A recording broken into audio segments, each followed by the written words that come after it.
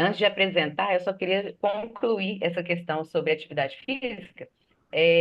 Tem uma pesquisa, né, da psiquiatria que fala o quanto é difícil largar a dependência química.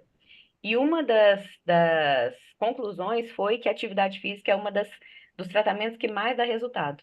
Porque o dependente químico, ele tem muita dificuldade de continuar com o tratamento, né? É muito mais fácil ele voltar com os amigos, voltar para os hábitos dele, do que fazer um tratamento com psicólogo, com psiquiatra. Mas quando introduz a atividade física, a gente tem um resultado muito maior. Então, existe uma troca da dependência química pelo contato com a atividade física e ele começar a tratar a dependência com a atividade física. Então, é sensacional a atividade física em todos os tratamentos.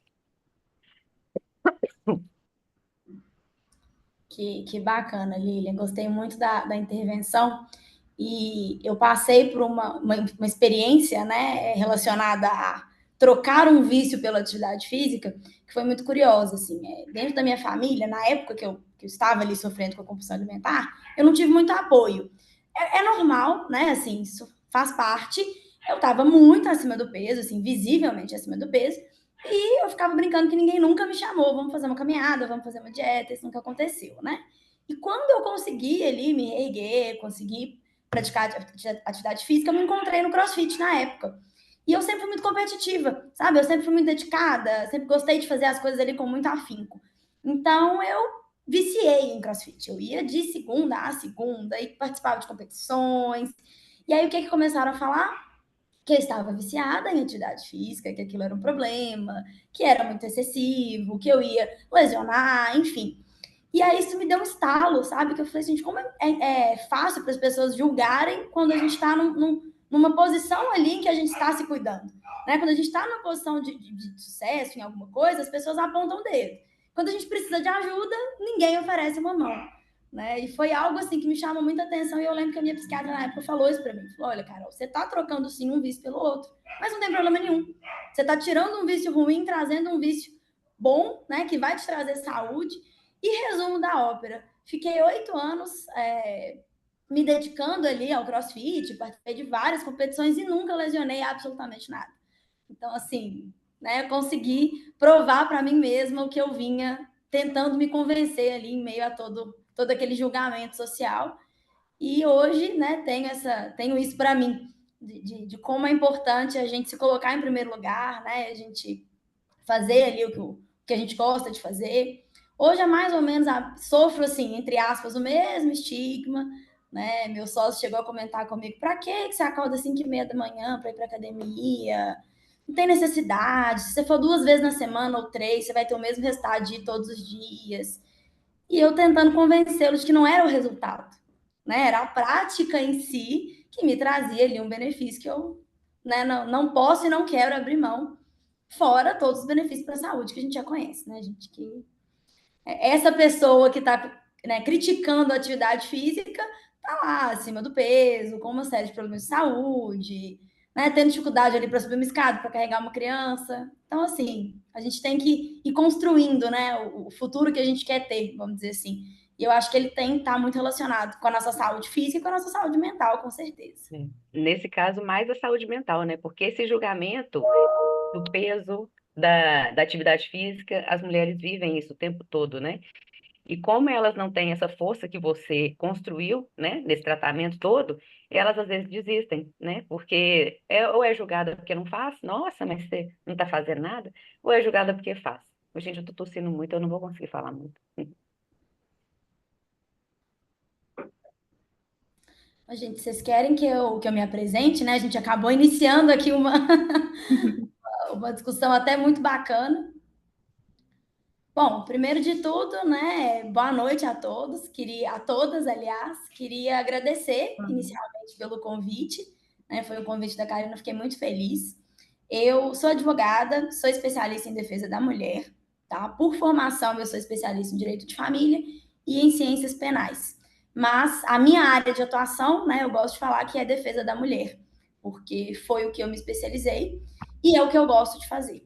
Eu atuo em direitos das famílias, principalmente, com perspectiva de gênero. Então, eu sempre tento trazer ali, tanto no meu atendimento, um acolhimento, uma escuta, que eu acho isso extremamente importante dentro da advocacia, e eu acho que falta, né, em muitos profissionais, no mercado como um todo. Né, gente, a advocacia ela foi feita há muitos anos atrás com o objetivo ali de afastar as pessoas do direito e não de aproximar. Então, é algo que eu venho tentando combater, vamos dizer assim, né, inovar. E trabalho trazendo para os processos, além de trazer para o atendimento, trago para os processos questões da mulher que são muitas vezes ignoradas. Então, sobrecarga materna, sobrecarga financeira, falhas ali na lei de alienação parental, falhas na aplicação da Lei Maria da Penha, tudo isso eu tento trazer na minha advocacia. E além, né, disso tudo, eu produzo conteúdo para as redes sociais, falo sobre direitos das mulheres. Eu falo que eu faço isso sempre que possível, porque a vida é muito corrida, o dia só tem 24 horas. Mas esse foi, inclusive, um dos motivos que me fez ficar muito feliz com esse convite, porque, assim, adoro falar sobre esse assunto. Acho que a gente tem que ter, sim, né, muitos e muitos canais, grupos, né, lives, reuniões, acho que nunca é demais. E nós, enquanto mulheres, sabemos disso muito bem. Né? A gente começou aqui falando sobre atividade física de uma maneira despretensiosa e já encontramos aqui várias dores, vários pontos, né, em que uma vai fortalecendo a outra ali. Eu acho que isso nunca vai acabar, porque né, as necessidades da mulher são inúmeras. Assim, acho que a gente poderia ficar aqui 5 horas falando sobre isso. Então, assim, queria agradecer muito o convite. Acho que o direito, né, e a psicologia são áreas que caminham muito juntas, principalmente quando a gente fala, né, em mulher. Inclusive, eu tenho muita vontade de cursar psicologia, de ter mais expertise sobre isso, para melhorar ainda mais meus atendimentos. Vou tentar encaixar isso em algum momento aí da minha vida. Então, fico muito feliz e me coloco à disposição aí para o que vocês precisarem, tanto para essas conversas, quanto né, para uma eventual discussão. São áreas, é muito difícil, né, enquanto ser humano, a gente ter expertise, conhecer duas áreas. E a psicologia e o direito são áreas muito grandes, né, muito técnicas, que demandam muito estudo. Então, assim, eu falo que a gente cresce muito mais em conjunto do que sozinho. Então, se aliar aí a profissionais com expertises distintas que se complementam faz muito mais sentido. Então, assim, parabéns a vocês aí pelo grupo, pela ideia. Acho que é extremamente importante e acho que vai beneficiar aí muitas e muitas mulheres que né, tiverem acesso a esse material. Obrigada, doutora. Imagina. Vamos deixar o doutora de lado, tá, Karina? Vamos conversar aqui né, como amigas, como colegas, que somos, inclusive. Essa é bem a proposta do nosso grupo, né? A gente tem feito já a nossa terceira live e a gente tem trazido pessoas para falarem sobre a mulher. E a gente está para montar, para começar, na verdade, agora é só para explanar um pouco, para passar um pouco daquilo que a gente talvez venha trazer, os assuntos que a gente vai tratar, né? E a gente vai começar o grupo de intervenção mesmo em outubro, né, Karina? Nós estamos para definir a data certinho, mas esse grupo é para a gente acolher, passar informação, fazer algo preventivo ali para a mulher, principalmente, para a mulher não se deixar cair ali na violência doméstica ou naquilo tudo que a gente às vezes se coloca. E é mesmo, a gente vai vir trazendo, né? A gente trouxe hoje a doutora Caroline, a gente vai trazer também fisioterapeutas, médicos, e pessoas ali para agregar, né, sobre os assuntos que a gente quer tratar. E igual você está falando, né, Caroline, tem muito assunto. Se a gente se deixar, a gente vai ficar aqui horas e horas e horas falando. E é mesmo um informativo e, ao mesmo tempo, eu falo que é uma psicoeducação, né, ali, que a gente vem trazer. Isso, esses debates iniciais, né, trazendo a mulher em interlocução com diversas áreas de saber, igual né, a senhora mesmo colocou. Cada profissional, cada área, agregando com uma perspectiva especial no contexto da mulher, no contexto da mulher enquanto vítima e também enquanto protagonista a gente conversou muito nos outros encontros sobre esse empoderamento que a mulher vem a ter, não no sentido só de poder, mas no sentido de tomada de consciência. O nosso propósito é trabalhar o mais na base possível, de preferência para que as mulheres não precisem chegar num contexto de precisar da rede de proteção, inclusive da prática. Eu conheci alguns casos também na justiça que envolve alienação parental, que envolve violência sexual, e o que a gente percebe é que o autoconhecimento, o conhecimento dos seus direitos e também dos seus deveres, se implicar, ter sua responsabilidade em todo o processo, isso faz toda a diferença na resolução de qualquer conflito. Infelizmente, o direito por si só e as redes, elas não conseguem dar conta de extinguir as violências e os crimes.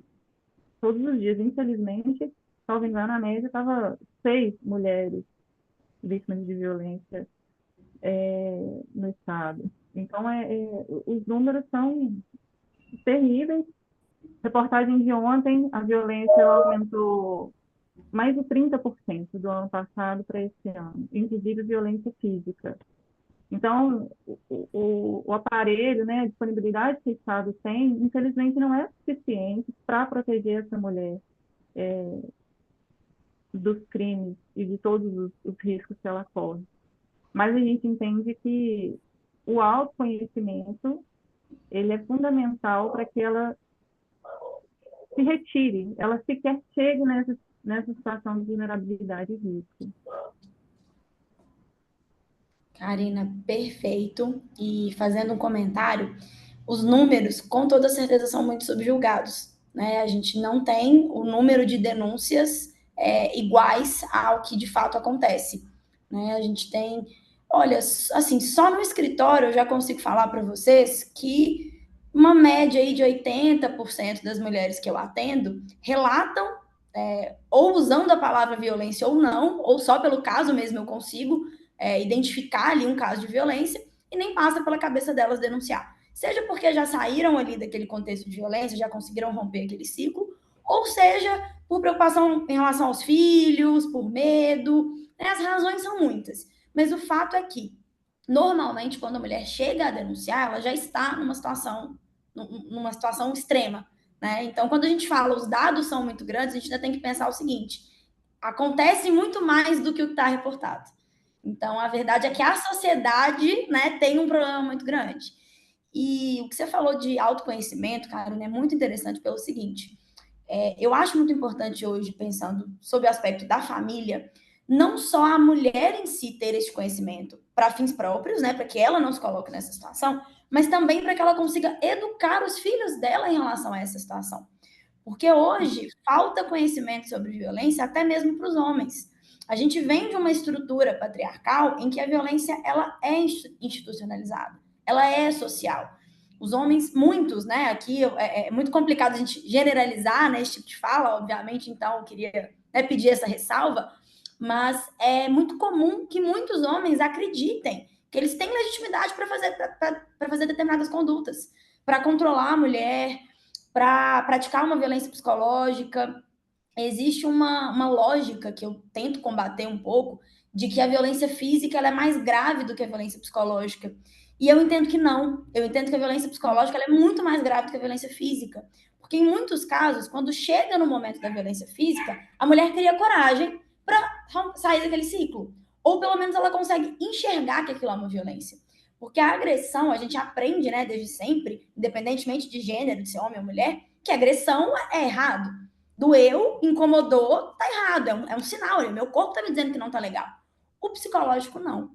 A gente, enquanto mulher, aprende a suportar, aprende a aguentar a dor, aprende que casamento é difícil mesmo, que é assim mesmo, que a gente tem que ceder, que a gente tem que aguentar. Então, as mulheres em situação de violência psicológica, muitas vezes elas não saem daquela situação porque elas não percebem que elas estão vivendo aquilo. Elas entendem que aquilo é normal, que aquilo são as dificuldades do dia a dia, que é assim mesmo. Então, eu acho, né, assim, aí é uma opinião minha, mas, né, baseada em muitos estudos, que a violência psicológica é muito mais grave do que a violência física. E a primeira coisa que a gente precisa pensar quando a gente fala em levar informação é conscientizar as pessoas disso.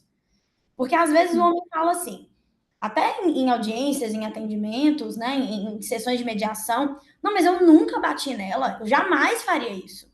E pode até ser que ele realmente não faria isso, que ele realmente se julga, né, se sente ali um cara bacana, uma pessoa que respeita ali as regras. Mas ele agride ela psicologicamente há anos. Ele já minou a autoestima dela há anos e ela já não é capaz de sair daquela situação e de se reerguer nunca. Então, assim, a gente precisa pensar, né, em violência doméstica, em autonomia da mulher, empoderamento de uma maneira muito mais ampla, sabe? A Lei Maria da Penha ela é muito ampla, ela fala de muita coisa, mas eu acho que ainda falta muita coisa nesse sentido. Falta muita conscientização sobre o que é a violência psicológica e sobre os impactos que ela causa. Perfeito, doutora. A gente tem procurado tratar aqui os dois lados. Então, a mulher, não só enquanto vítima, mas também enquanto responsável pela relação. E sempre me chamou muita atenção um trabalho que a Polícia Militar faz. No protocolo dela, ela tem um espaço de atendimento para o homem, para explicar para ele quais são as violências, o que que pode, o que que não pode.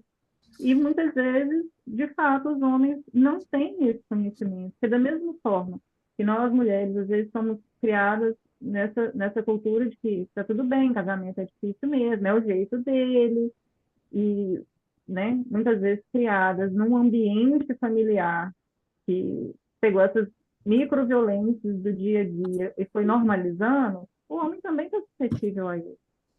Então, é muito difícil tratar isso. E para quem tem filhos, né? Lilian tem, eu tenho um casal. Educar meninos e meninas é muito desafiador. Muito. A minha menina fica o tempo inteiro. Mãe, ele me bateu. Eu falei assim, mas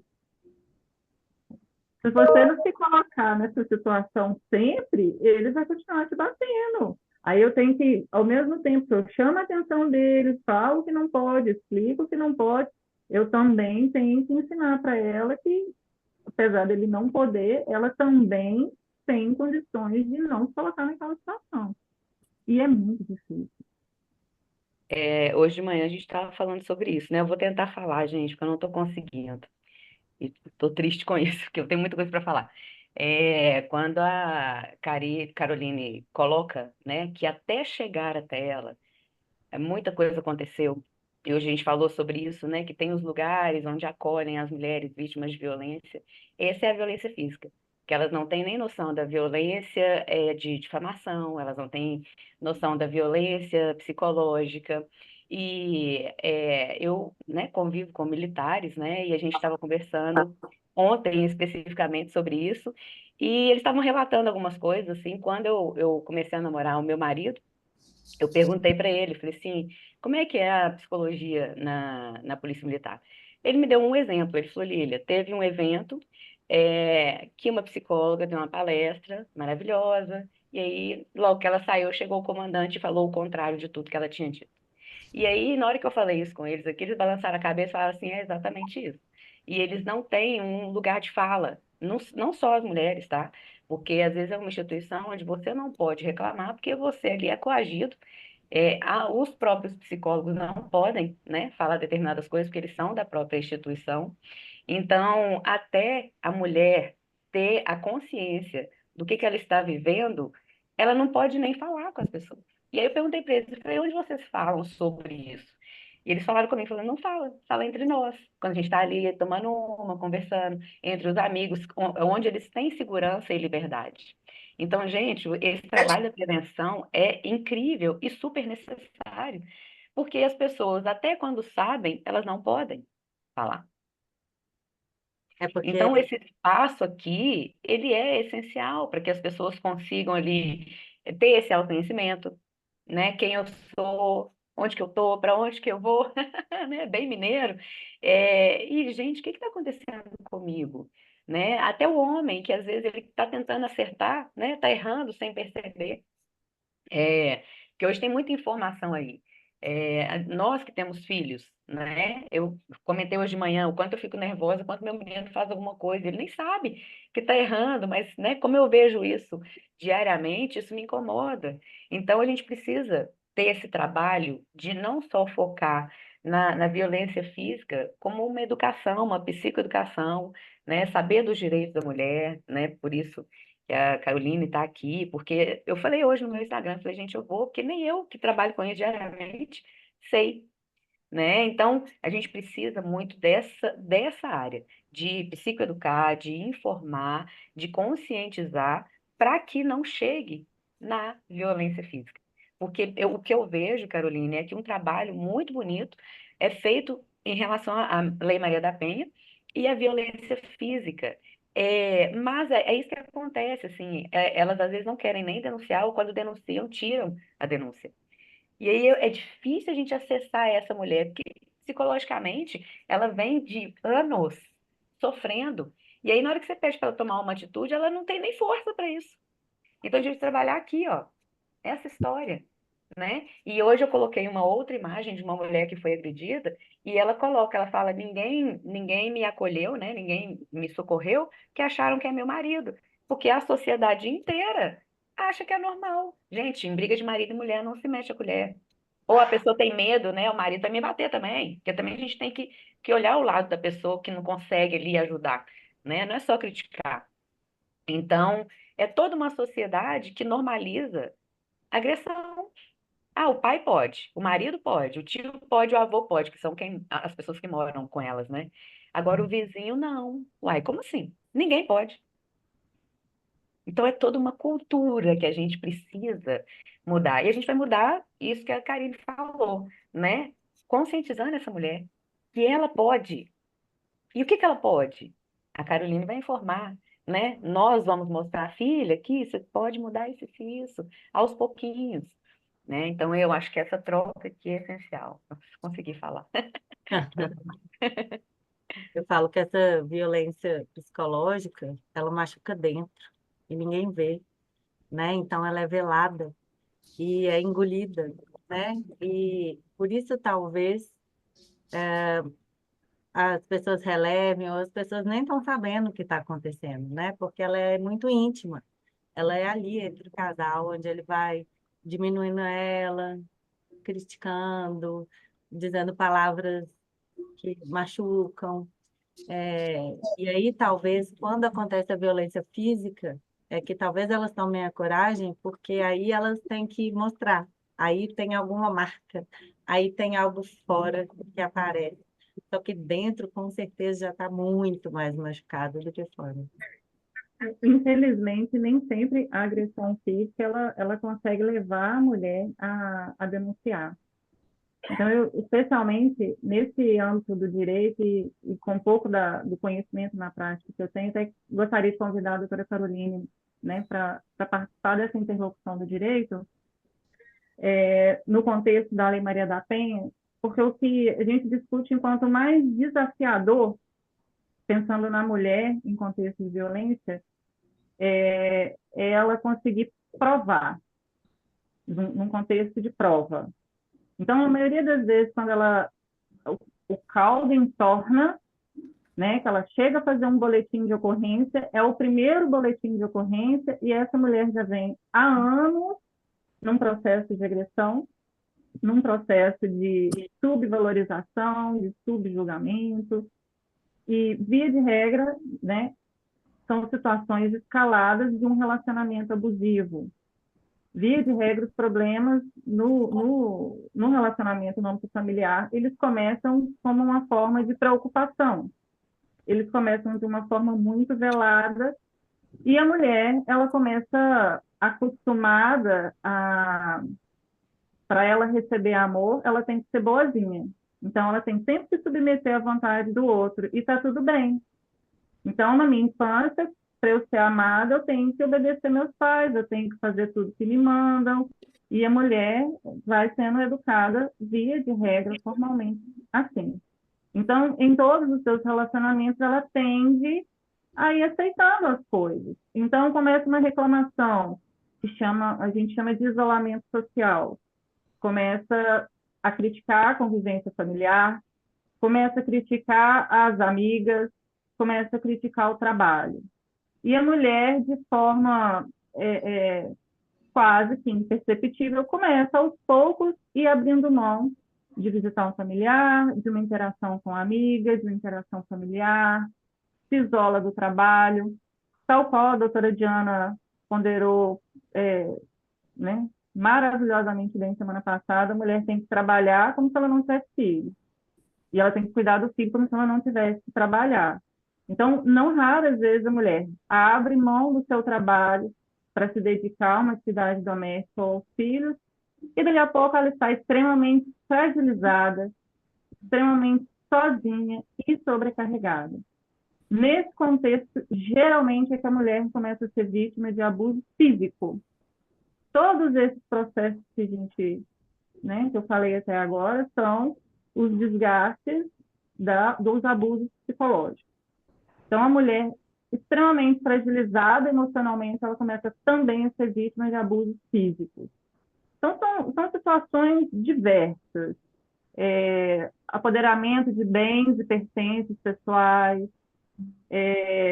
limitação efetiva do ir e vir, às vezes tranca uma casa, guarda a chave do carro, não compartilha, limita acesso a bens e pertences do casal. Então, eu acho que a psicologia ela tem uma contribuição muito grande no preventivo e na tomada de consciência da mulher. Mas a mulher, antes de passar por um processo desse, eu acho que ela ter conhecimento dos direitos dela e de que forma que ela consegue... Qual que é o caminho, doutora, para a gente conseguir provar, para a gente conseguir recuperar? Porque você comprova a violência, você tem todos os benefícios da Lei Maria da Penha, mas como é que a gente faz para provar isso? Então, Karina, vamos lá. Quando a gente fala, né, que a psicologia ela entra de maneira preventiva, o direito ele é o contrário. O direito ele entra para resolver quando a situação já se tornou ali insustentável de alguma forma. Então, o que a gente tem que pensar? Primeira coisa, a gente tem que ter um problema para a gente pensar na solução dele através do direito. Então, a primeira coisa que a gente tem que entender é o que essa mulher está passando e se é caso de intervenção judicial ou não. Porque o judiciário ele não entra de maneira preventiva. De maneira preventiva, a gente tem discussões, conscientização, a gente tem outras coisas. O direito ele é realmente para resolver alguma situação específica. Então, qual é a principal maneira hoje de proteger uma mulher em contexto de violência doméstica? E aí, quando a gente fala violência doméstica, a gente fala violência doméstica de maneira ampla, tá? Seja ela patrimonial, psicológica, moral ou, né, até mesmo a violência física, que a gente coloca aí como mais grave. Em qualquer um desses casos, a gente tem a possibilidade de medidas protetivas de urgência. Como que a mulher vai pedir uma medida protetiva de urgência? Como que ela vai obter isso? Existem basicamente 3 formas dela conseguir uma medida protetiva. A primeira delas é através da polícia, então, registro de boletim de ocorrência. Ela pode procurar qualquer posto de atendimento policial, não precisa ser polícia civil, polícia militar, pode ser qualquer uma delas, a que estiver mais próxima dela, pode ser 190, 180. Eu fico brincando, né, para isso ficar mais didático, que a mulher não é obrigada a saber quem é a autoridade policial competente. Então, ela pode procurar qualquer uma, fazer o registro da ocorrência ali, e a própria polícia vai encaminhar o pedido de medida protetiva para o juízo, né? Para o Poder Judiciário. Quem concede a medida protetiva é o juiz, não é a autoridade policial, mas a autoridade policial pode e deve fazer esse pedido. Nesse momento, que é a situação mais comum, não é necessário que a mulher leve nenhuma prova analisando a letra da lei. O que a letra da lei diz para a gente? Que a gente precisa de indícios de violência doméstica, indícios de risco à integridade física ou psicológica daquela mulher para que haja intervenção do Poder Judiciário. Então, ela não precisa comprovar no momento de pedir a medida protetiva que ela foi vítima de fato de violência doméstica. Ela só precisa comprovar o contexto. Então, o que eu costumo... Aliás, antes de falar sobre as provas, quais são as outras formas, né? Então, é através da polícia, através de advogado, então ela pode contratar um advogado para o advogado fazer o pedido de medida protetiva, ou ela pode ir diretamente ao juiz. Em cidades pequenas, ou quando, né, é mais acessível ali o judiciário, a mulher pode entrar dentro do fórum e fazer o pedido de medida protetiva.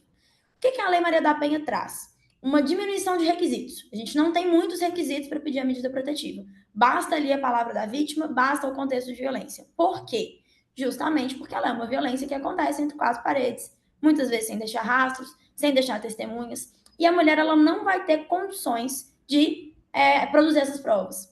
A lógica do sistema penal é que quem vai produzir essas provas é a autoridade policial, no inquérito policial, na investigação, que é quem tem o poder para fazer isso. Então, a ideia da legislação é essa: a mulher precisa levar, fazer o que a gente chama de denúncia, né, de notícia-crime, levar a informação ali para a autoridade policial, e a autoridade policial vai conduzir o inquérito policial e vai apurar as provas. Só que isso é muito bonito no papel. Na prática, a gente tem um pouquinho de diferença em relação a isso. Infelizmente, a gente ainda não tem uma estrutura hoje, e aí aqui falando em Belo Horizonte, região metropolitana, tá? Para apurar, para instaurar inquérito policial de todas as ocorrências que chegam ali de violência doméstica. São muitas. O inquérito policial, ele é um processo burocrático e ele envolve ali uma estrutura física mesmo, né? A polícia precisa ouvir aquela mulher, precisa ouvir o agressor, precisa às vezes ir até o local, tentar procurar uma testemunha, pedir muitas vezes ali uma câmera de segurança, uma imagem de olho vivo. Tudo isso envolve pessoas, envolve uma estrutura que a gente ainda não tem. Então, o que eu consigo orientar mulheres? E aí eu acho que vai ser muito importante falar sobre isso aqui para vocês levarem isso para outras mulheres, para que elas tentem produzir as próprias provas, apesar da lei não exigir. E aí, que tipo de prova que eu estou falando? Prints de mensagens. Então, a gente prova muito violência psicológica com mensagem mensagem de WhatsApp. Então, começou a perceber ali que o relacionamento está abusivo, começou a perceber que está vindo muita ofensa do outro lado, tenta conversar por mensagem, inventa uma desculpa, sabe? Vai para o trabalho um dia e aí manda uma mensagem para o companheiro, tentando puxar algum assunto que sabe que vai fazer ele te ofender, para você ter aquilo ali. Porque, às vezes, a ofensa vai acontecer dentro de casa, fora do... Né, no momento ali que a gente não vai conseguir ter a prova. Então, eu falo para as mulheres, falo, olha, tenta conversar mais por mensagem, porque aí você, em algum momento, ele vai ali, né, cometer um deslize, mesmo que por mensagem, e vai ficar provado ali uma violência psicológica, vai ficar provado ali ele tentando diminuir a sua autoestima. Essa é uma das maneiras mais simples e mais práticas de provar violência doméstica. Outra maneira, câmera dentro de casa. Hoje é muito comum os casais colocarem uma câmera dentro de casa, seja por segurança ou seja por... Aqui em casa, por exemplo, eu e meu marido colocamos 4 cachorros. Nós temos 2 cachorros, colocamos uma câmera na sala, que a gente sai para trabalhar e precisa ter certeza que a casa está inteira, né? Então, quando a mulher ali está num cenário que ela sente que ela pode sentir violência, que só pode sofrer violência, que ela sente ali que a situação está se agravando, é uma recomendação que ela coloque uma câmera de segurança dentro de casa. Ela vai poder acessar pelo celular, aquela câmera ele vai gravar, e se eventualmente alguma coisa acontecer, ela vai ter ali as imagens para comprovar o ocorrido. E por mais que isso pareça, assim, absurdo, né? Absurdo no sentido de que, ele não vai, se ele tem intenção de me agredir, ele não vai permitir que eu coloque uma câmera. Muitas vezes ele vai, porque a violência doméstica, ela nem sempre é premeditada, ela muitas vezes é praticada dentro de um contexto, então muitas vezes o agressor, a gente até falou disso no início, nem sabe que ele está praticando aquela violência, sabe? A violência, ela tem ciclos, então é possível que as mulheres se protejam dessa forma. E isso tem trazido benefícios, aí eu tenho orientado mulheres nesse sentido e tenho tido bons retornos. Outra possibilidade também é gravação, né? Ter ali o celular sempre à mão. Hoje a gente tem uma facilidade ali de meios digitais, colocar o celular para gravar no momento de uma briga. Claro que nem sempre isso é possível, né? A mulher tem que pensar ali na proteção física, obviamente, primeiro, mas sendo possível, é um caminho, gravador, testemunhas, então, vizinhos, alguém que ouviu ali a briga, né? Dependendo da situação, pessoas que ouviram os fatos. Então, vamos colocar uma situação de que a mulher foi agredida hoje, não teve coragem de fazer nada, no dia seguinte ela contou para uma amiga. Essa amiga vai poder ser testemunha. Mesmo que tenha sido uma testemunha de ouvir dizer, ela não presenciou os fatos, mas ela pode ali contribuir de alguma forma para aquela comprovação. Então, essas são alguns caminhos que eu costumo orientar as mulheres, eu acho que faz sentido em termos de prevenção, sabe? Eu acho que faz sentido as mulheres pensarem nesse tipo de prova. Mas o principal de tudo as provas não são necessárias para fazer um pedido de medida protetiva. Então, aconteceu uma situação ali, né, inusitada, a mulher não conseguiu enxergar o contexto de violência, de repente ela foi agredida, não tem problema se ela demorar 5, 10, 15 dias, 3 meses, 6 meses. Quando ela conseguir, ela pode ir até a autoridade policial, fazer aquela denúncia, e a autoridade policial tem o dever, né, de investigar aquilo ali. Hoje a gente tem no direito também um direito muito importante da mulher, que eu gosto de deixar claro, que é a valoração da palavra da vítima. Isso é uma novidade legislativa. A Lei Maria da Penha não veio, né, ela não foi criada, a redação principal ali não tem esse direito. Ele foi construído com entendimento jurisprudencial. Então, foi construído ali pelos juízes à medida que foram aplicando a Lei Maria da Penha. E qual que é a ideia? Quando a gente fala em cadeia de provas, né, no processo, via de regra, as provas elas não têm hierarquia. Então, o juiz, ele é o destinatário das provas, né? Então, a gente está ali no processo penal. As partes vão produzir as provas, a defesa vai produzir as provas dela, a acusação vai produzir as provas dela, e o juiz vai valorar livremente. Ele vai analisar ali, entre uma foto, um vídeo e uma testemunha, ele vai literalmente escolher qual dessas provas ali convenceu ele melhor. E vai fazer, né, vai literalmente julgar aquele caso. Quando a gente fala em violência doméstica, isso não acontece. O juiz é obrigado a dar maior importância à palavra da vítima. Então, não existe hierarquia de provas, exceto em caso de violência doméstica, quando eu tenho a palavra da vítima. Então, a palavra da vítima tem uma importância maior em relação às outras provas. Então, basicamente, o que o juiz precisa fazer em um processo que envolve violência doméstica? Ele tem que usar as outras provas para confirmar se o relato da vítima tem verossimilhança, se ele faz sentido.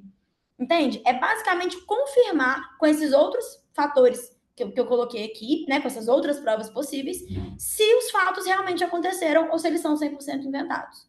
Se o juiz entender que existem provas ali que confirmam o depoimento da vítima, mesmo que não exista prova do fato em si, há condições de condenação. Então, em outras palavras, a mulher afirma ali que o marido chutou ela, né, desferiu ali 5 chutes contra ela. Se a gente está falando de qualquer outra situação que eu não tenho violência doméstica, para o juiz condenar, ele tem que ter a prova dos 5 chutes. Se ele tiver a prova de 3, ele não pode condenar por 5, ele tem que condenar por 3. Né? A gente fala que o direito penal ele é bem específico. Eu provei que você roubou um carro, eu não provei que você roubou 2 carros. Você vai responder pelo roubo de 1 carro, não pelo roubo de 2 carros. Violência doméstica não é assim. Então, a mulher afirma ali que foi desferido contra ela 5 chutes. Ela não consegue provar nenhum chute deixou marca física, ela fez exame de corpo de delito, o exame foi inconclusivo. Mas ela consegue comprovar a briga, ela consegue comprovar, os vizinhos ouviram o que aconteceu, ela consegue comprovar o cenário. É possível que o agressor seja condenado ali pelo crime ou de lesão corporal ou de via de fato. Aí vai depender ali do enquadramento, vai depender da denúncia. Mas o fato é, existe uma proteção à palavra da mulher, uma valorização da palavra da mulher, e muitas mulheres não sabem disso. Então, muitas mulheres não denunciam com medo de não serem acreditadas. Ninguém vai acreditar na minha palavra porque eu não tenho nenhuma prova. Isso não é uma verdade. E mais do que isso, ainda que não haja uma condenação criminal, então ainda que eu não tenha provas suficientes para condenar aquele agressor pelo crime, eu posso ter indícios suficientes para proteger aquela mulher. Essa é a lógica da medida protetiva. Se eu tenho um indício de que há um cenário de violência, de que há um risco, eu tenho que primeiro proteger aquela mulher, depois entender se aquele cenário é real ou não. Depois entender se aquele agressor precisa pagar, né? Precisa ser punido ali por aquele crime ou não. Então, são 2 lógicas distintas. Uma lógica é a proteção, outra lógica é a punição. A punição é mais difícil, demanda mais provas. A proteção não demanda tantas provas. A palavra da mulher tem uma importância maior e essa denúncia tem que ser estimulada, né? Porque as consequências ali da proteção, elas são muito benéficas para a mulher, porque muitas vezes sem essa proteção ela não vai conseguir sair daquele contexto. Alguns exemplos que eu gosto de dar sobre medida protetiva, para, né, nessa linha de informar mulheres, é que a medida protetiva ela não é somente proibição de aproximação por X metros, né, 250 metros, 500 metros, enfim. As medidas protetivas elas são muito mais amplas do que isso. A Lei Maria da Penha prevê de maneira exemplificativa as medidas protetivas, então o juiz pode ir além do que está descrito na lei. E a própria descrição da lei traz uma série de medidas que são extremamente importantes na prática para que aquela mulher saia daquele ciclo. A principal delas, na minha opinião, é o afastamento do agressor do lar. Então, quando a mãe, né, mora ali com as crianças, por exemplo, dentro da casa junto com o agressor, e aí ela pensa, eu não posso denunciar porque eu não tenho para onde ir com as crianças, ela pode tirar o agressor do lar como medida protetiva de urgência, que é algo extremamente rápido, né? É um processo judicial que tem um trâmite totalmente distinto, justamente para proteger aquela mulher. Outra medida protetiva que poucas mulheres conhecem é a pensão alimentícia provisória. Então, discute-se, né, no direito de família se a mulher tem ou não tem direito à pensão alimentícia, isso aí é outra questão, mas em contexto de violência doméstica, se a mulher demonstrar uma situação de vulnerabilidade econômica e que ela precisa ali de uma ajuda financeira para conseguir sair do ciclo de violência e recomeçar, é possível que o próprio juiz da vara de violência doméstica, sem análise patrimonial nenhuma, sem acionamento da vara de família, que ele determine ali um pensionamento provisório.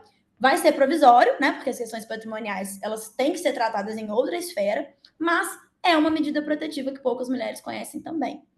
A terceira medida protetiva que, para mim, assim, tem que ser divulgada é a possibilidade de suspensão do direito de visitas em relação aos filhos. Muitas mulheres, e aí nesse caso mães, deixam de denunciar violência doméstica porque temem o que vai acontecer com o relacionamento das crianças com o pai.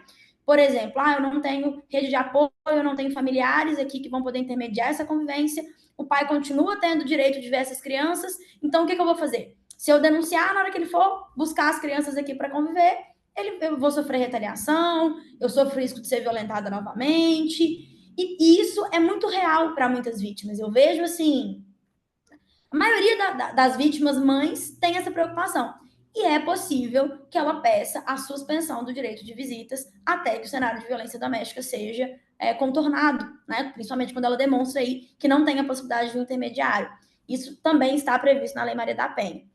E tem tantas outras, assim, acho que eu podia falar de medida protetiva aqui para sempre, mas o principal a medida protetiva, ela pode ser concedida sem provas. Então, né, respondendo ali o questionamento que a Karina trouxe, que eu acho que é o principal, bastam os indícios. É recomendado, óbvio, que a mulher tenha provas. Se ela tiver provas, ela tem condições de conseguir medidas mais agressivas, né, mais drásticas. Porque quando a gente fala assim, uma proibição de contato, é uma medida leve. Não é uma medida que vai atrapalhar ali a vida, né, que vai limitar outros direitos do agressor.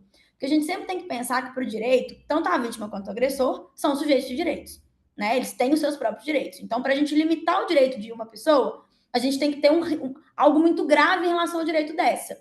Então, quando a gente fala em uma proibição de contato, uma proibição de aproximação, eu não estou impedindo aquele agressor, enquanto cidadão, de trabalhar, de ir e vir, de viver ali, de exercer todos os seus direitos. Então, tá tudo certo. Quando eu falo, por exemplo, em afastamento do lar, eu já estou entrando numa esfera patrimonial, porque aí eu já estou impedindo uma pessoa que é proprietária, muitas vezes, de um imóvel, de exercer a posse sobre aquele imóvel em detrimento de uma outra pessoa. Então, eu já preciso de um pouco mais de indícios. Ainda é possível, mas é mais recomendado que tenha mais indícios. Outros casos também, suspensão de porte de arma, é previsto como medida protetiva. Então, quando a gente fala ali de um agressor que tem porte de arma, isso, né, tem que ser pedido. E dependendo ali da profissão do agressor, né, a gente comentou aqui sobre militares e tudo mais, isso vai causar um prejuízo imenso para ele, né? Então, para que a gente consiga uma medida nesse sentido, a gente vai precisar ali de um pouco mais de indícios.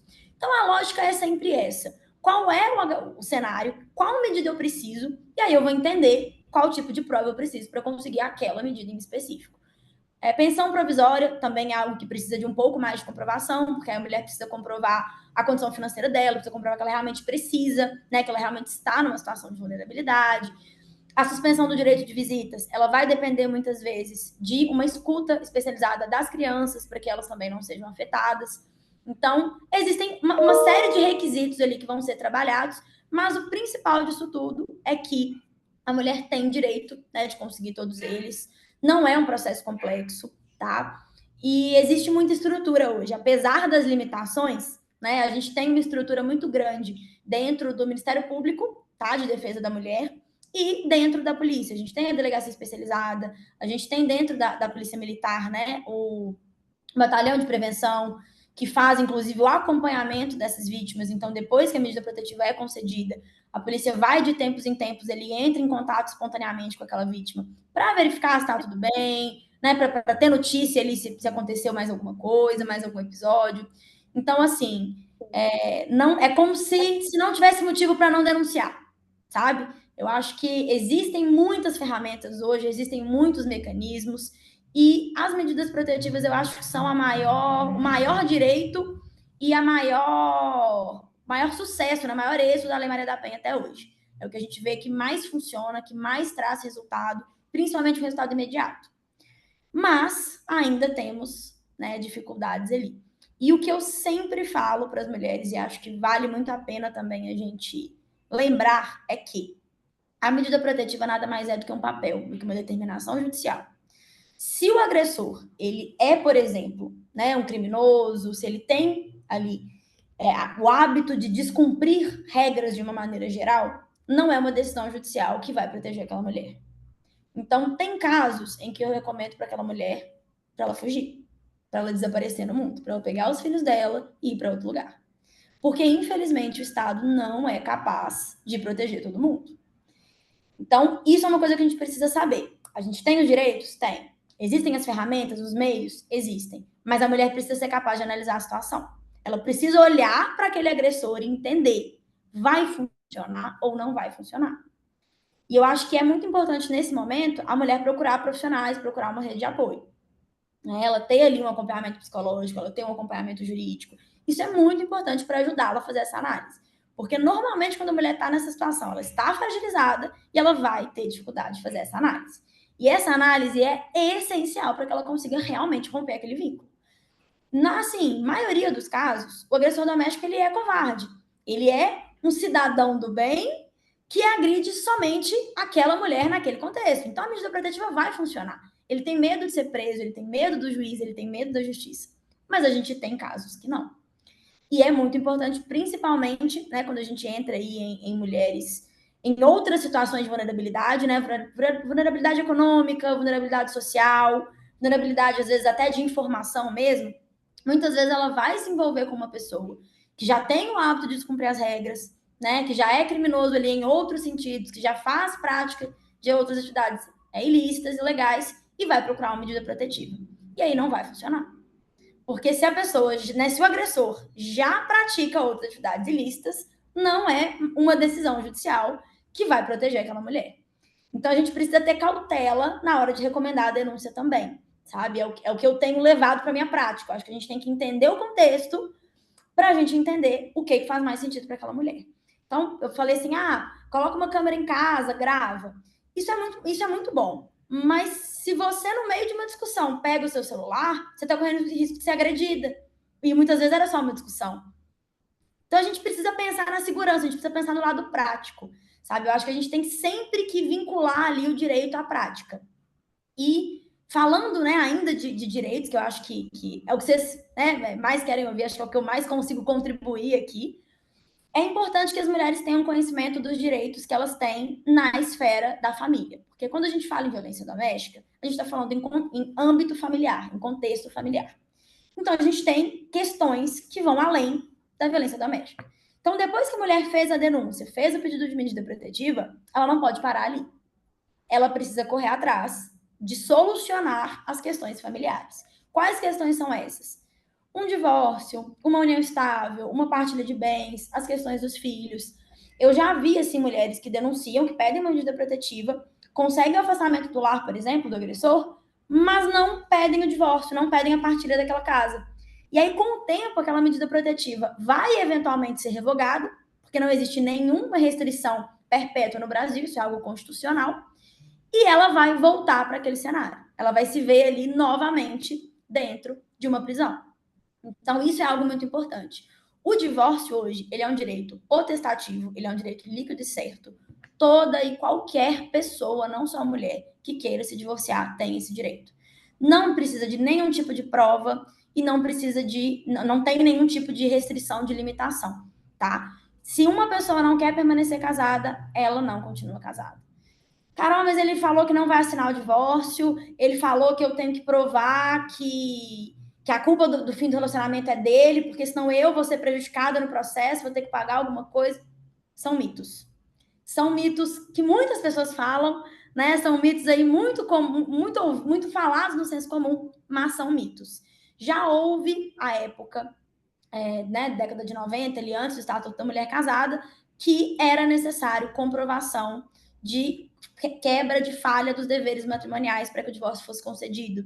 Então, discutia-se ali adultério, discutia-se deveres matrimoniais, deveres conjugais. Hoje, nós já tivemos muitas alterações legislativas nesse sentido e não se discute isso mais. O divórcio ele é um direito líquido e certo. Da mesma forma que o reconhecimento e a dissolução da união estável são direitos líquidos e certos. Então, comprovada ali a situação de união estável, né, a vida ali em união estável, a mulher tem o direito de ter essa união estável reconhecida. O que é a união estável? A primeira coisa que eu acho que é importante a gente falar aqui também.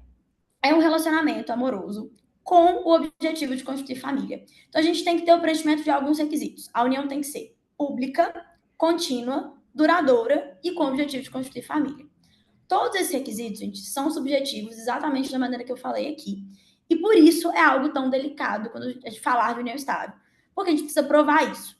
Pública, a gente comprova hoje com rede social.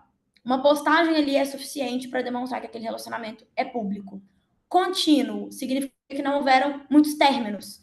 Não existe um prazo determinado em lei. Eu não preciso ficar ali 2 anos, 1 ano, 3 anos para que eu tenha união estável. Basta que eu preencha, além do requisito de continuidade, os demais requisitos. Então, eu posso ter uma união estável em 6 meses? Posso. Hoje existem casais aí que são muito rápidos, que se conhecem e rapidamente ali constituem família e não existe nenhuma objeção legal para isso. Pública, contínua, duradoura e com o objetivo de constituir família. Então, o principal para a união estável é que o casal se comporte como uma família. Então, eles precisam se apresentar como família, eles precisam ser reconhecidos como família. Isso, normalmente, a gente prova com testemunhas, pessoas ali da família que chamam o casal, porteira de prédio, vizinhos, colegas de trabalho, declarações em banco. É muito comum ali, quando o casal realmente vive como família, que eles precisem declarar uma dependência ali bancária para determinados fins. Então, seja para um cartão dependente adicional, seja para um comprovante de residência, porque às vezes o casal vai morar junto, mas a conta de luz está em nome só de um, e aí o outro precisa assinar uma declaração, isso vai ser prova de união estável. Então, as provas são muitas, mas são sempre no mundo dos fatos. E qual que é a importância das mulheres saberem dessas provas e saberem que o reconhecimento da união estável é um direito? Porque com o reconhecimento da união estável, vem uma série de direitos, inclusive direitos patrimoniais e direitos relacionados aí ao nome, à personalidade. Então, quando a gente fala ali em um reconhecimento de união estável, a gente gera direitos sucessórios, a gente gera direito de herança, a gente gera direito de receber, eventualmente, uma pensão por morte, a gente gera uma série de direitos ali que são muito importantes. Então, quando a gente fala em proteção da mulher, a gente tem que falar em proteção da mulher como um todo. A gente não pode pensar só no aspecto, né, de violência e esquecer de aspectos que são igualmente importantes, como o patrimônio. Nós vivemos, né, numa sociedade capitalista, não tem como a gente esquecer do patrimônio, não tem como deixar ele de lado. Então, a mulher precisa se conscientizar. Né? Olha, estou num relacionamento aqui. Se essa pessoa esconde o quanto ela ganha, se essa pessoa esconde o que ela está fazendo ali com o dinheiro dela, e eu estou construindo uma família com ela, isso é um sinal de alerta. Isso é um sinal de violência patrimonial. Isso é um sinal de risco, porque em algum momento você vai ter dificuldade ali em relação a essas coisas. Outro sinal de risco muito importante, quando o homem ele mantém um vínculo patrimonial com a ex de alguma forma, porque isso pode ser uma maneira de violência patrimonial. Vou explicar para vocês, porque isso poucas pessoas sabem, assim, para mim é muito importante. Quando a gente constitui ali uma união estável, vive em família, a gente gera direitos ali para aquela pessoa que a gente está vivendo junto. Né? Então, quando eu me caso, por exemplo, eu gerei ao meu marido uma série de direitos relacionados a mim. E são direitos muito justos, né? Porque a gente está falando ali em uma comunhão de vida, em partilha ali de uma série de questões, né? Divisões de trabalho, apoio emocional. Então, a gente não pode querer fraudar ali, querer impedir esses direitos de quem está conosco. Um desses direitos é, por exemplo, a pensão por morte. Então, se eu trabalho, eu contribuo ali para o INSS, ou eu tenho uma previdência privada, e, evidentemente, o meu cônjuge, o meu companheiro, tem que ser beneficiários disso, caso eu venha a falecer ali, ou tenha algum tipo de incapacidade. Quando eu sou divorciada, eu sou separada, já tive uma união estável, e eu mantenho aquela outra pessoa de alguma forma, por exemplo, como dependente ali num plano de saúde, como dependente no imposto de renda, sem que aquilo seja uma verdade, eu estou tirando o direito de quem realmente está comigo. Porque aí, em caso de falecimento, a gente vai ter uma discussão muito grande se as duas pessoas vão poder receber a pensão. E muitas vezes não vão. Porque a gente não pode ter a bigamia, né? A gente precisa delimitar algumas coisas. Então, são sinais de alerta para a mulher. Eu vejo que isso acontece muito, sabe? Tem muitos homens que fazem isso justamente para evitar, por exemplo, o reconhecimento de união estável, sabe? Eles se mantêm casados com a ex no papel ali, mas vão morar juntos com aquela mulher, né? Eles vão construir ali uma família e ele mantém aquele casamento por quê? Porque se essa aqui vier pedir alguma coisa, eu ainda tô casado, eu nem podia estar com ela. E não é bem assim, né? Questão de amante também entra nessa mesma lógica. Então, assim, acho que eu nem preciso falar, né? Que a gente não tem que entrar aqui em questão moral, né? Infidelidade, acho que isso aí é de cada um. Mas para o direito, amante não tem direito, né? A gente não pode ter dois relacionamentos ali concomitantes. Então, se, né, o seu companheiro está aí envolvido em outro relacionamento, esse outro relacionamento ele é formal, você vai ter prejuízos patrimoniais no futuro. Você não vai ter direito à herança, você não vai ter direito à pensão por morte, você vai ter dificuldade ali, ainda, né, em vida, em caso de separação, você vai ter dificuldade de partilha de bens. Então, assim, nós mulheres, a gente muitas vezes quer muito que o relacionamento dê certo. E aí a gente ignora, sabe, esse tipo de sinal, a gente ignora esse tipo de coisa, e a gente vai se submetendo ali a situações, e de repente, quando a gente precisa, o advogado precisa falar pra gente, não, você não tem direito a nada. Não, essa documentação aqui não está adequada. E assim, tudo que eu falei em relação à prova para violência doméstica, ela não se aplica no direito de família. Então, quando a gente fala em violência doméstica, eu não preciso de prova, eu só preciso de indício. Quando a gente fala em direito de família, eu preciso de prova. Não tem como eu pedir isso para o Estado, eu tenho que ter. Então, para eu virar para o juiz e falar, juiz, esse apartamento aqui, ele comprou, a gente estava junto. Eu preciso ter a matrícula desse apartamento, a escritura, com a data de compra. Se eu não tiver isso, eu preciso ter o contrato de compra e venda. Eu preciso ter a prova de que nessa época eu já estava com ele. Senão, a gente não consegue ali a proteção patrimonial, não consegue efetivar os direitos. E muitas mulheres ignoram isso. Muitas mulheres vivem anos ali naquele relacionamento e não sabem quanto custa a luz da casa. Nunca tiveram acesso a uma fatura de conta de luz, de água, não sabem qual é a operadora de internet, não sabem o valor do condomínio, sabe? Vão confiando demais ali naquele marido, naquele companheiro, naquele namorado, e vão deixando a administração das finanças toda por conta deles. E aí, quando a gente chega para fazer uma ação ali de divórcio, de dissolução de união estável, do que quer que seja, a gente não tem um documento para provar nada do que aconteceu ali. E isso é muito sério. Então, uma orientação muito importante para mulheres. Sejam, como é que eu posso falar que é a palavra que eu vou usar? Mas sejam desconfiadas, sabe? Sejam donas do seu próprio nariz, sejam donas da própria vida de vocês. Vamos tirar da cabeça aquela coisa de que a mulher não entende de finança, a mulher não entende de investimento, o homem ganha mais, então deixa ele pagar as contas. A gente precisa ser independente, a gente precisa ser autônoma. E isso vai levar a gente a ser livre. Ainda que a dois, ainda que em conjunto.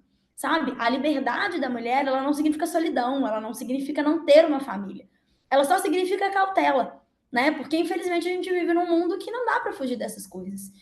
E quantas vezes a gente ouve, né? O marido, não, eu não vou dar nada para ela foi uma esposa excelente, nós vivemos um casamento maravilhoso, mas agora na separação eu não quero que ela saia com nenhum real.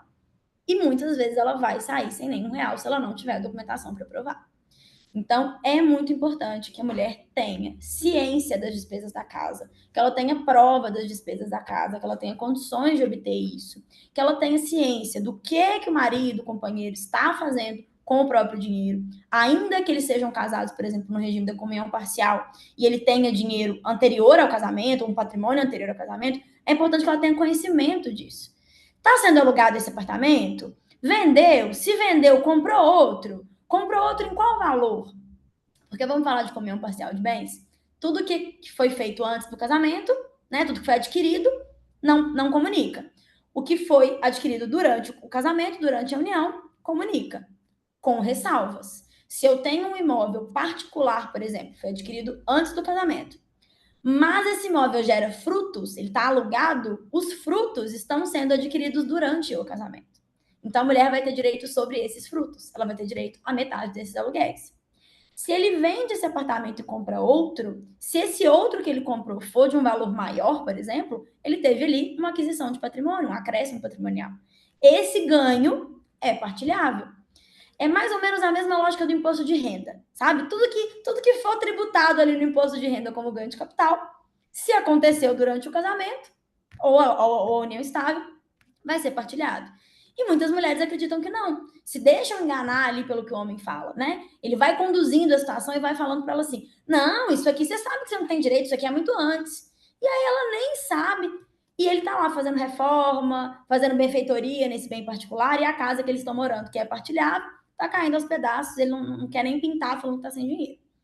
Então, são esses, né, esses pontos que são muito importantes quando a gente fala em família. E eu relaciono muito esses pontos patrimoniais com violência. Porque sem dinheiro não tem liberdade, né? Sem dinheiro não tem independência. E quando a gente fala em preocupar com o patrimônio, não é ser interesseira, não é querer obter uma vantagem ilícita, ilegal, nada nesse sentido. É uma proteção que nós, enquanto mulheres, somos obrigadas a buscar. Porque nós somos, né, levadas ali à dependência econômica por milhões de fatores. A Karina falou muito bem, né, que muitas vezes as mulheres deixam de trabalhar para se dedicar aos filhos. Essa decisão, ela pode partir da mulher, muitas vezes vai partir da mulher, mas ela também pode ser introduzida ali na mulher pelo marido, pelo companheiro. E muitas vezes com a melhor das intenções. Ele está pensando ali no filho. Realmente é muito melhor para o filho ser cuidado pela mãe do que ser cuidado por qualquer terceiro. Né? Ninguém tem dúvida disso.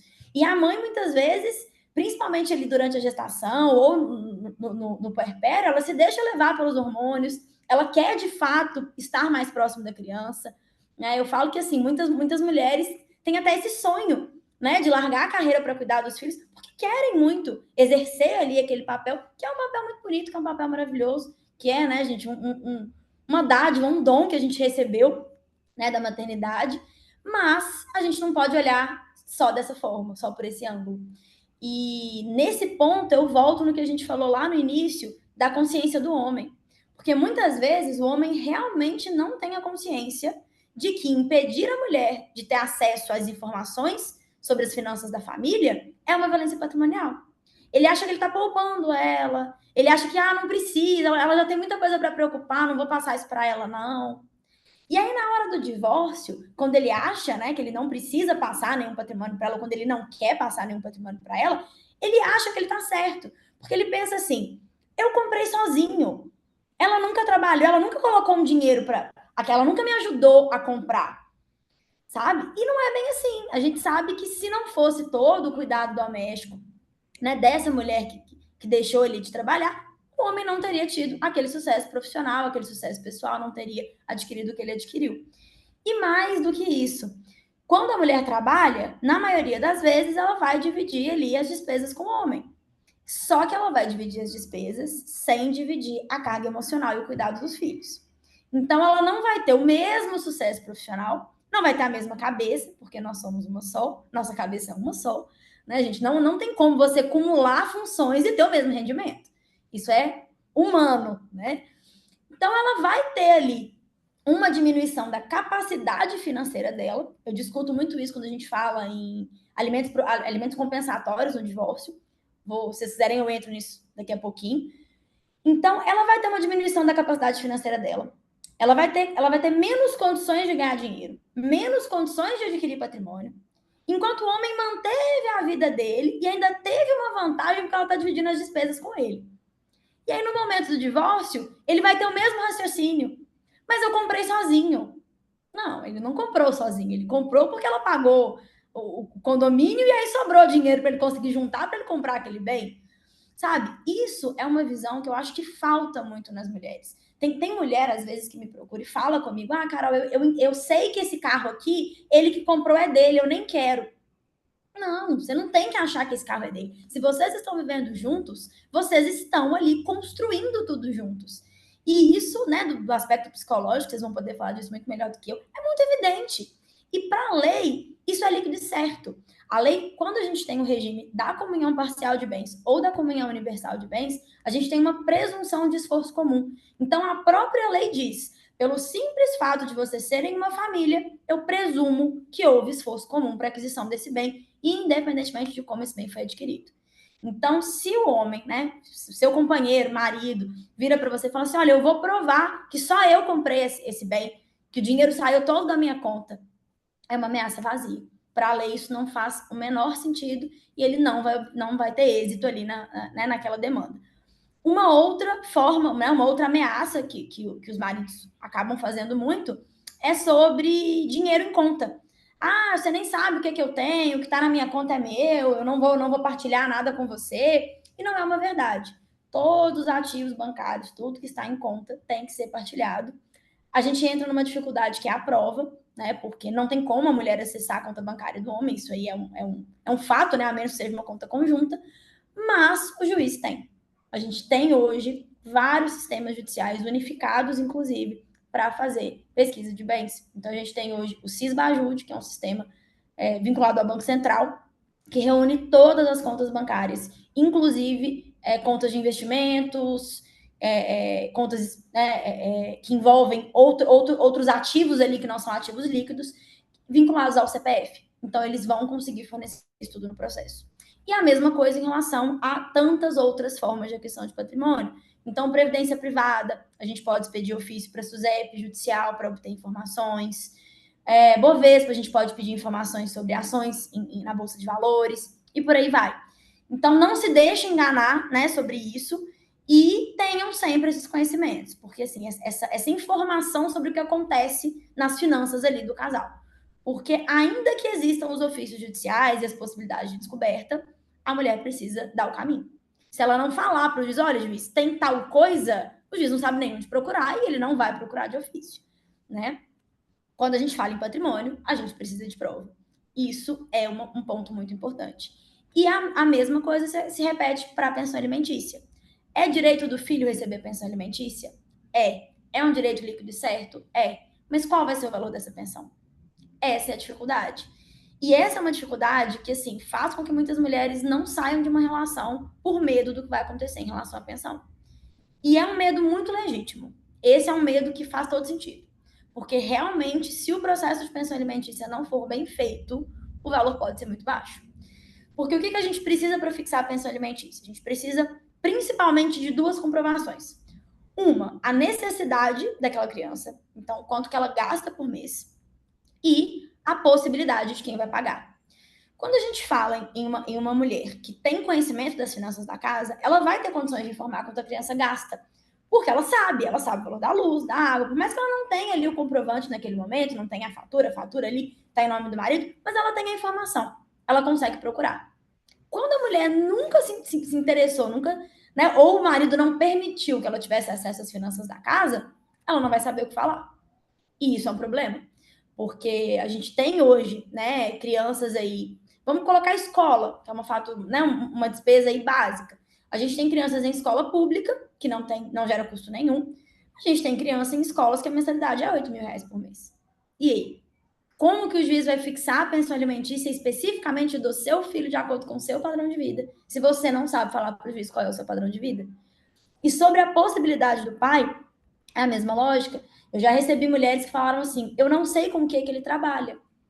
Olha o tanto que isso é difícil. Como que eu vou virar para o juiz e justificar que ele consegue pagar mais do que 30% de um salário mínimo, né, que a gente sabe que não dá para nada, se eu não consigo indicar para o juiz qual profissão ele tem, onde ele trabalha, de onde vem a renda dele, se ele tem múltiplas fontes de renda ou não, se as rendas dele são fixas ou são variáveis. Então, a gente precisa dessas informações. E é muito importante que as mulheres não é viver neurada, estar sempre em alerta, né? Senão também a gente não consegue viver. Mas é importante que as mulheres se interessem por esses assuntos, sabe? Existe uma cultura, assim, de que a mulher, quando ela pergunta isso pro marido, ela tá sendo interesseira, ela tá se metendo onde não é o lugar dela, como se ela tivesse ali só querendo saber de dinheiro. E, na verdade, não. É uma questão até de sobrevivência, né? Quando a gente pensa ali nos filhos. Muitas vezes, com filhos ali, crianças, como que a mulher vai sair da casa ou vai, né, retirar o marido ali do lar e vai continuar vivendo se ela não receber uma pensão adequada? Né? Se ela não conseguir ali manter a família. Então, esses direitos, né, da mulher, essas provas que a mulher precisa para efetivar esses direitos, eu acho que precisam, assim, ser divulgados. Muitas mulheres que eu atendo falam que não faziam ideia desse tipo de coisa. Não sei se vocês aqui já tinham esses conhecimentos ou não, né? E acho que eu consegui resumir um pouco, apesar de ter, né, falado bastante. E queria saber de vocês, né, Karina, tem algum detalhe, algum direito que eu não falei que você queria perguntar? Porque, assim, né, a gente até conversou sobre isso antes da live, é muito amplo, né, gente? Tem muito direito, é um negócio assim. Eu acho que a gente precisa de muitos encontros para a gente poder conscientizar as mulheres de tudo que elas podem e precisam fazer. Mas acho que eu consegui dar um panorama aqui geral sobre violência e sobre família, né, que é o que eu tenho mais conhecimento para falar.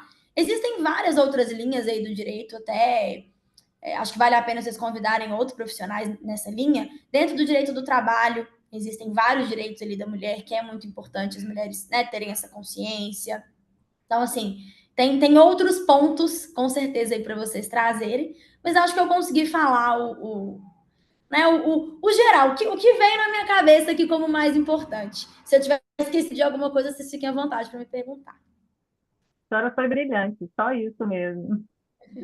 Eu estou Muito muito obrigada. feliz de ter sido gravado, porque eu acho que isso é uma informação, assim, você foi muito clara, e é uma informação que todo mundo deve saber, né? Gostei muito de todas as pontuações, inclusive do porte de armas, eu queria ter te perguntado, e você foi e falou, né? Então, gostei muito. Bem, adorei. Teve uma pergunta antes, doutora, se a senhora puder esclarecer, no contexto da união estável, se é considerada a coabitação, aliás, se é necessária a coabitação ou não? Não é, Karina, muito bem colocado, tá? Foi um Eu que ponto que perguntei também. eu trazer, e há muito mito sobre isso. Não é necessária coabitação e não é necessário filhos, tá? É interessante quando há coabitação. A coabitação hoje ela é uma das principais provas de união estável, porque quando você vai morar junto com alguém, você está estabelecendo mais do que um namoro, né? Isso é algo assim social, é um padrão social, mas não é obrigatório, tá? Um caso até, né, midiático, assim, só para vocês usarem como exemplo, foi do Gugu Liberato, o apresentador de televisão. Quando ele faleceu, 2 pessoas alegaram que viviam em união estável com ele. O domicílio principal dele era aqui no Brasil, a residência fixa dele era aqui no Brasil, e um homem alegou que vivia em união estável homoafetiva com ele na Europa, e a mãe dos filhos dele alegou que vivia em união estável com ele nos Estados Unidos. E não sei falar, né, do desfecho do processo, porque é um processo sigiloso, mas na época ambos os pedidos foram aceitos e estavam em discussão, estavam em tramitação. E as provas que foram utilizadas ali, aqui eu estou falando que saiu na mídia, porque o processo é sigiloso, eu não consegui acessar, eram baseadas em convivência. Então, fotos, mensagens, né, a união que eles tinham ali, o relacionamento que eles tinham, era um relacionamento amoroso com o objetivo de constituir família. Então, os dois estavam alegando isso e nenhum deles tinha a coabitação. Então, é muito comum, tá, que casais constituam união estável sem ter a coabitação, principalmente quando a gente tem moradias, localidades distintas. Então, às vezes, o companheiro trabalha, por exemplo, em São Paulo, trabalha no Rio de Janeiro, mas mantém uma união estável com uma pessoa aqui em Belo Horizonte. Isso é perfeitamente possível dentro do direito. Mas a mulher vai precisar de mais provas para comprovar que ela é união estável, porque a coabitação ela é, né, socialmente um requisito importante. A mesma coisa em relação a filhos. Não se exige filhos para a comprovação de união estável, mas é um requisito extremamente considerado. Então, quando um casal ali tem filhos, principalmente mais de um, é praticamente líquido e certo que será reconhecido união estável, porque como você vai falar que o relacionamento não tinha o objetivo de constituir família, se ele de fato constituiu uma família, né? Mas também não é obrigatório. O importante em relação à união estável, para fins de conscientização da mulher, é que ela seja o mais formalizada possível e o quanto antes possível. Porque, assim, a gente fala muito que a união estável se equipara ao casamento para fins de direito, mas isso não é exatamente uma verdade. Ela se equipara, mas ela não é igual. Eu falo que se a união estável fosse igual ao casamento, a gente não teria mais um casamento. Ia ficar só a união estável. Então, isso não é uma verdade. O casamento, ele é um ato formal, solene, que tem uma série de regras. Ele é completamente inquestionável. Uma certidão de casamento, ela não pode ter validade dela questionada, é um documento com fé pública. A união estável, não. Ela acontece no mundo dos fatos e ela envolve um requisito muito subjetivo, que é o desejo de constituir família. Como que a gente entra dentro da cabeça daquelas pessoas e comprova que elas tinham o objetivo de constituir família? Um exemplo que a gente sempre dá é o noivado. Durante o noivado, há ou não há objetivo de constituição de família? O entendimento majoritário é que esse objetivo é futuro, né? Que as partes estão se preparando para constituir uma família. Mas e quando o casamento não acontece? As partes ficam noivas ali 10 anos e vão morar juntas e têm filho, mas estão noivas. Como que eu vou falar que o objetivo é futuro de constituir família? Não é. E por que é importante a formalização? Porque enquanto eu tenho o companheiro ali, né, vivo, capaz, eu vou poder usar, inclusive, a palavra dele para reconhecer aquela união estável. Então, no caso, por exemplo, da dissolução da união estável, o reconhecimento não costuma ser um problema. Porque vamos supor que foi adquirido ali um apartamento. Os dois têm interesse em partilhar aquele apartamento, os dois têm direito. Então, a gente não vai ter discussão sobre a existência da união estável em si. Mas em caso de falecimento, em caso de incapacidade, eu tive um caso, eu atendi uma senhora que, assim, foi um caso que me tocou muito na época, já tem alguns anos. Essa senhora tinha, se eu não estiver enganada, 78 anos, viveu em união estável praticamente a vida inteira, porém, em zona rural. Então, os filhos que eles tinham, evidentemente, já tinham mais de 30 anos, porque pela idade dela já tinha muito tempo que ela não tinha filho, né? Por viver em zona rural, eles não tinham fotos, eles não tinham testemunhas, eles não tinham declaração. Ela, no caso, né, não tinha declaração bancária, e ela não estava conseguindo provar união estável para receber pensão por morte. E assim, foi uma luta, foi bem difícil para reconhecer essa união estável. A gente só conseguiu reconhecer essa união estável na justiça, a gente não conseguiu reconhecer perante o INSS. Então, ela conseguiu receber a pensão por morte, mas demorou muito tempo para que ela conseguisse receber essa pensão, porque a gente precisou da ação judicial. Então, é algo que precisa ser falado, sabe? Sobre a necessidade de formalização da união estável. Se acontece uma situação de incapacidade, por exemplo, né? Se o companheiro sofre um AVC ou qualquer outro tipo de problema, ele entra em coma, né? Entra numa situação ali que ele não consegue expressar a vontade. E a mulher precisa, muitas vezes, dar continuidade ali nas despesas da casa, pagar as contas, até mesmo dar assistência ali para aquele companheiro, e ela não tem a união estável reconhecida. Na hora que a gente for declarar ali a incapacidade dele para pedir uma curatela, por exemplo, ela não vai poder ser a curadora. Porque ela vai ter que primeiro provar a união estável para ela ter a condição de ser a curadora. Ela não vai conseguir chegar no banco, por exemplo, e pedir um acesso bancário. Ela não vai conseguir fazer muita coisa ali dentro dos órgãos públicos, porque ela não tem comprovado o vínculo dela com ele.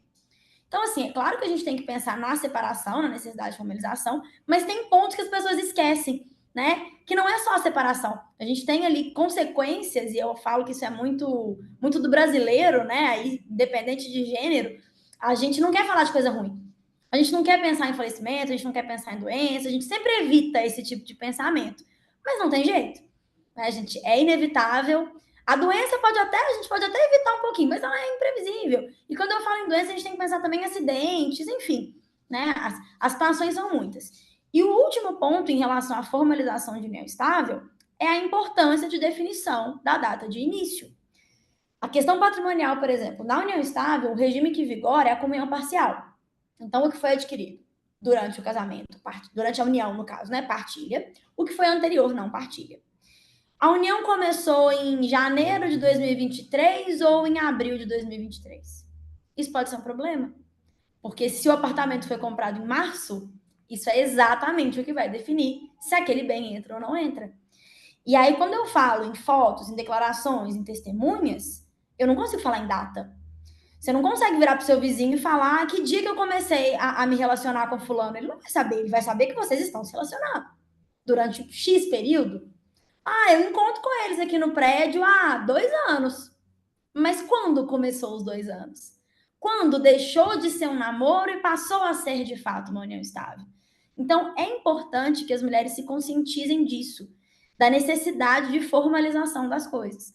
Muitos homens vão levando a mulher na conversa, naquela lógica assim, é só um papel, O que importa é o que a gente tem, o que importa é como eu te trato, eu nunca vou deixar faltar nada. Tudo bem, ele pode realmente nunca deixar faltar nada, ele pode realmente honrar ali aquela família, mas ele pode não estar mais aí em algum momento, né? Ele pode em algum momento aí, aliás, certamente isso vai acontecer, né? Vir a falecer, pode ter algum problema. E em caso de falecimento, gente, o mais difícil são os demais herdeiros. A gente tem a questão dos órgãos públicos, né, de pensão por morte, INSS, etc., mas a gente também tem a questão dos demais herdeiros. E hoje nós temos muitos relacionamentos, muitas famílias, né, plurais. Então, muitas vezes a gente tem ali uma situação de união estável em que um companheiro tem um filho anterior, ou a gente, né, vai ter um filho comum, vai findar aquela união e ele vai ter uma nova união. Então a gente precisa ter as coisas formalizadas para a gente não ter problema, né? Para a gente não ter os filhos anteriores lá na frente negando tudo aquilo que o pai viveu, falando que aquilo não existiu, que aquilo não aconteceu. E acreditem ou não, isso acontece muito. Principalmente falando de herança, falando de dinheiro, né, gente? Então, assim, não, né, respondendo, não é necessária coabitação, não é necessário filhos, mas são necessárias provas e é preciso formalização. A formalização do união estável é muito simples, tá? O casal vai ao cartório, faz uma escritura pública declaratória da união estável, pode ser feita com efeitos retroativos, que é algo que o casamento não pode. Então, uma mulher está lá, vivendo há 5 anos de união estável, assistiu essa live agora, problema nenhum, ela vai no cartório com o companheiro, fala, olha, a gente vive união estável desde a data tal. Os dois declarando ali, de maneira consensual, nada mais é do que uma declaração de vontade. Né? Eles vão declarar ali, não tem problema nenhum. A única coisa que eles não podem fazer é alterar o regime de bens de maneira retroativa, porque a gente não consegue voltar no tempo. Então, vamos supor que eles entenderam, olhar, vamos adotar a partir de agora a separação total de bens? Porque a gente entendeu que é o mais adequado ali para a gente, beleza, isso vai valer dali para frente. No período anterior, a gente tem a comunhão parcial, que é, né, o regime legal. Mas é possível. E um outro detalhe que eu lembrei também que é interessante falar, é possível alterar o regime de bens ao longo da união, seja união estável, seja casamento. Então, vamos supor que a mulher ali casou com comunhão parcial, que é a regra. Mas ela entendeu ali que aquilo não está adequado, que o melhor realmente é uma separação total ou uma comunhão universal, né? Não sei. Ela pode ali, em comum acordo, a alteração de regime de bens tem que ser feita em comum acordo, tá? Senão a gente está falando ali em separação. Ela pode, em comum acordo, alterar o regime de bens, desde que seja dali para frente. Seja união estável, seja casamento. Isso é possível, tá? Nome também a mulher pode alterar, seja em razão do casamento, seja em razão do divórcio, seja durante o casamento. Ah, eu quero tirar o sobrenome do meu marido, mas eu continuo casada. Problema nenhum. O nome, ele é um direito da pessoa, ele não é um direito da família. Em caso de divórcio, mesma coisa. É a mulher que escolhe se ela mantém ou não o sobrenome do marido. Porque o direito é dela, o nome é dela. Né? É um direito da personalidade. Mesma coisa no momento do casamento, a inclusão, incluir ou não o sobrenome. Isso é um direito também, né? Não se impõe. Há um tempo já se impôs, hoje não mais. É possível também que o homem mude o nome. Isso né, para mim assim, é muito óbvio, mas eu sei que para muitas mulheres não é, tá? Então, é um sinal aí também para as mulheres já observarem. Essa questão de mudança de nome ela é muito pessoal, né? Ela não tem tanto impacto jurídico, vamos dizer assim. Né? Tem impacto ali de documentos, claro, mas jurídico não. Mas é importante a mulher ter essa consciência. O nome é um direito dela, e é um direito muito importante porque está vinculado diretamente ali à sua personalidade e à sua dignidade. Eu defendo muito a decretação de divórcio de maneira liminar em processos, por quê? Porque a mulher tem o direito de retornar ao estado, né, de passar a ter o estado divorciado, retornar ao nome de solteira para ter dignidade. As outras questões ali, o patrimônio, tudo bem demorar, tudo bem precisar de uma perícia, né? Aí são questões que precisam seguir um trâmite, legal. Mas o nome não. Né? O nome é um direito da pessoa e, assim, principalmente vítimas de violência. A demanda que mais aparece para mim, eu preciso tirar o sobrenome dele do meu nome. Porque é muito doloroso para mim, né? Chegar nos lugares, falar o meu nome, assinar o meu nome, tendo o sobrenome dele. E é um detalhe tão pequeno e a gente às vezes não pensa, né, em como aquilo pode impactar ali na vida da pessoa. E é perfeitamente possível, tá? O divórcio liminar, a alteração do nome ali em cartório de maneira simples. E que bom, né, que isso é possível, porque realmente é muito, muito necessário. E se eu puder dar uma dica, mulheres, não mudem o nome. Dá um trabalho imenso, né? E causa ali, às vezes, muito transtorno quando a gente está falando de uma separação. Mas, Mas doutora Caroline, se você casa, você a tendência é você permanecer. Se você não muda o nome, significa que você já está pensando na separação. Isso também precisa ser olhado por outro ponto de vista aqui. Eu não mudei meu nome, porque eu já tinha minha profissão, eu já tinha meu cartão de visita, eu já tinha as coisas, né? Eu já tive carro e tudo mais. Eu mudei nome porque eu não queria mudar todas as coisas que eu já tinha. Não mudei nome, não. Nem, pelo É. amor de Deus. Tem várias pessoas que não mudam, mas eu falo assim, sistemicamente falando, inconscientemente falando, é como se você já estivesse pensando na separação. Então, o nome. Depois tem uma dificuldadezinha, mas também não é nada que não dá para resolver, né? Ainda bem que tem o direito, né, doutora? É. Nossa, Ainda achei bem. fantástico, Nossa Senhora. Quanta informação. Adorei, Estou adorei, aqui doutora anotando. Carolina. Obrigada, viu? Esclarecedor. E tenho várias perguntas, mas eu gostaria de te convidar novamente, né? É, Não quero esgotar é que o todas. nosso tempo também está no limite. Não, mas é maravilhoso, é nítido, a sua entrega, é nítido a sua paixão, é nítido o seu conhecimento. E eu acho que foi um super presente você ter vindo aqui. Muito obrigada mesmo. Obrigada. Também agradeço. Imagina, eu fico muito lisonjeada, né, tanto pelo convite quanto, né, pelo retorno. Fico feliz que vocês tenham compreendido. É muito difícil, assim, enquanto advogada, né, a gente falar de uma maneira simples de entender, né, para quem não é do direito. Isso é um desafio. Eu falo que eu fico me treinando para isso, porque quando eu menos espero, menos percebo, eu já estou lá citando artigo de lei e não é a Não, você ideia. fez com excelência, com excelência. Ó, maravilhosa, Muito maravilhosa. esclarecedor.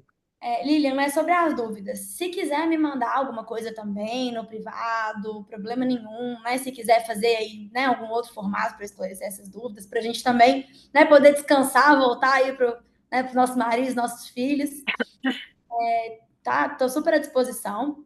Né, se quiserem marcar um próximo encontro também, estou à disposição. Né, o que Vamos eu puder marcar. contribuir aí para o pro projeto de vocês vai ser um prazer enorme.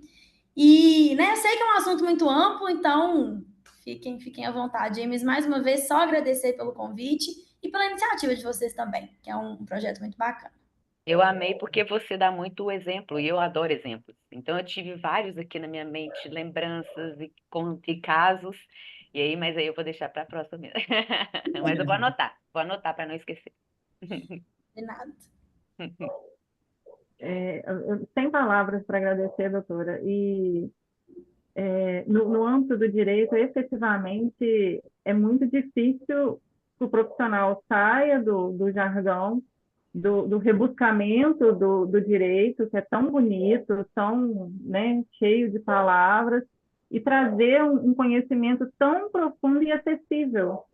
Então, assim, eu, né, sou suspeita para falar, conheci a senhora num contexto justamente esclarecedor, então, rendo minhas gratidões eternas aqui e mais uma vez por ter aceitado o convite e ter, assim, ter sido tão brilhante. Obrigada. Imagina, gente, imagina. O prazer foi todo meu. Tá? Obrigada aí. Eu fico brincando que eu vou dormir com o coração quentinho, né? Isso também. Me senti muito bem aqui com o nosso encontro, acho que foi ótimo, né? As intervenções de vocês também foram excelentes. Do ponto de vista psicológico, eu sou suspeita para falar da psicologia também, porque eu tenho um pezinho lá, tenho uma vontade de me aprofundar nisso. Não tem como a gente falar em relações sociais e não pensar, né, nos aspectos psicológicos ali. Eu falo Fala o que seu Instagram para as pessoas te seguirem, por favor, divulga esse. meu Instagram é caroline.advocacia, Caroline com E no final. Aí, né, fiquem à vontade. De vez em quando, eu produzo um conteúdo por lá, sabe? Eu tô falhando um pouquinho nisso, mas é só correria. Pretendo voltar, né? Acho que é a fala que todo mundo usa, mas não tem jeito. É um clichê muito verdadeiro. É verdade. Então é isso, meninas. Muito obrigada pela participação de todas, todos. Não sei quem está aqui. Um beijo. E a gente se vê quinta-feira que vem com outro assunto importante, outro convidado importante. Muito obrigada, doutora Carolina, mais uma vez. Lilian, Karina. Boa semana para você. Beijo para vocês. Muito Tchauzinho. obrigada. Obrigada por todo mundo que ficou até agora, né? Também, que eles ficaram até o final. Um beijo, gente. Outro. Tchau, tchau. Outro.